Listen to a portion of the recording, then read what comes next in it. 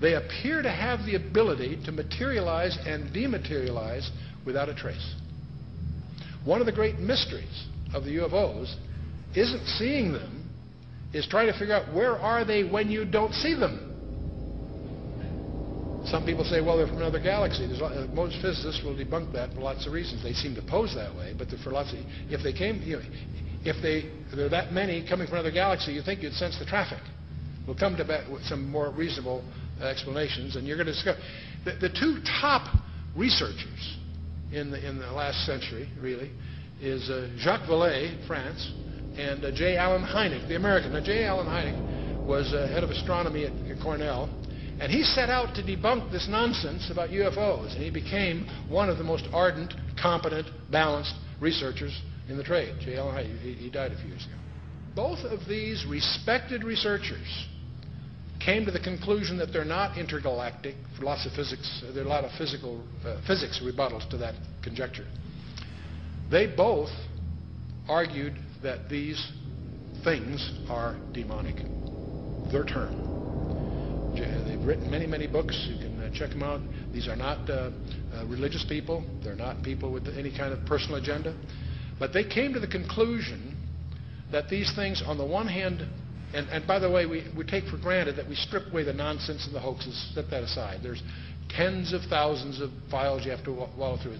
When you cut through all that, there's still a core group, a substantial core group of real events that need explanation. And so on the one hand, they exhibit physical properties on the one hand. On the other hand, they also violate all physical laws. And so the conclusion from that both J. Allen Hynek and Jacques Vallée and others have come to is that they're hyperdimensional, that somehow they come from another dimension periodically.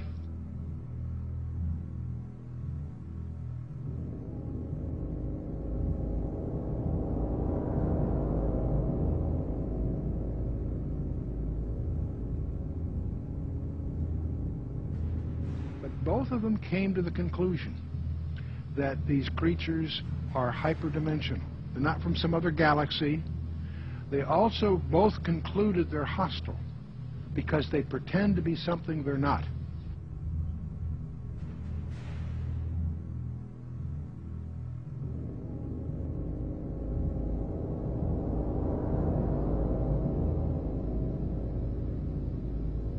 You guys getting the image? Franklin, we see a long line, a couple of star-like things, and a lot of things swimming in the foreground. Can you describe what you're seeing? Well, the long line is a tether, and there's a little bit of debris that kind of flies with us, and it's illuminated by the sun at such a low angle, so there's a lot of stray light, and it's getting washed out quickly, but Claude is trying to do a quick, good job here adjusting the cameras. It wasn't until a few years ago that I really started to get into researching all this information, looking at, going through thousands of pages of information about UFOs that just confirmed, what I had already believed about this phenomenon. That I believe the evidence clearly points that they are, in fact, demons. And, there are others, Brother Michael, who are now beginning to believe that as well. So you're not out there all by yourself anymore. So these demons would make them then spiritual phenomenon, I would take it, right? Yeah, I think when you look at it, there's certain characteristics that everyone will agree has been seen and demonstrated also by these UFOs, such as they penetrate the ground, they penetrate water, they disappear in front of people, they appear right in front of people. One person will see a UFO and the person next to them will not see the UFO. They change colors, sometimes only one accelerating. They change shape, they change size. Many people have made the comment that they seem like they're alive almost. And so these are all characteristics of something that's not a physical or material being or construction. It's got to be something that's a spiritual phenomenon with those kinds of characteristics.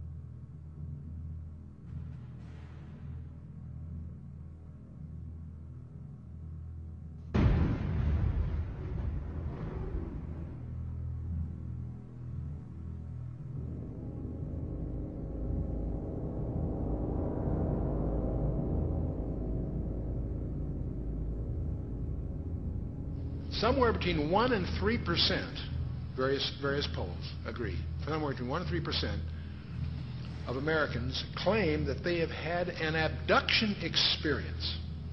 That's over 5 million people, or in that neighborhood. Not a few thousand deranged people, not a few, disaffected. This is, we'll talk a little more about this. This is a very, very disturbing phenomenon in the counseling profession. Now, part of the problem of the UFOs is they have some paradoxical behavior. On the one hand, they're seen by multiple competent witnesses. They are plotted on radar, sometimes multiple radars simultaneously.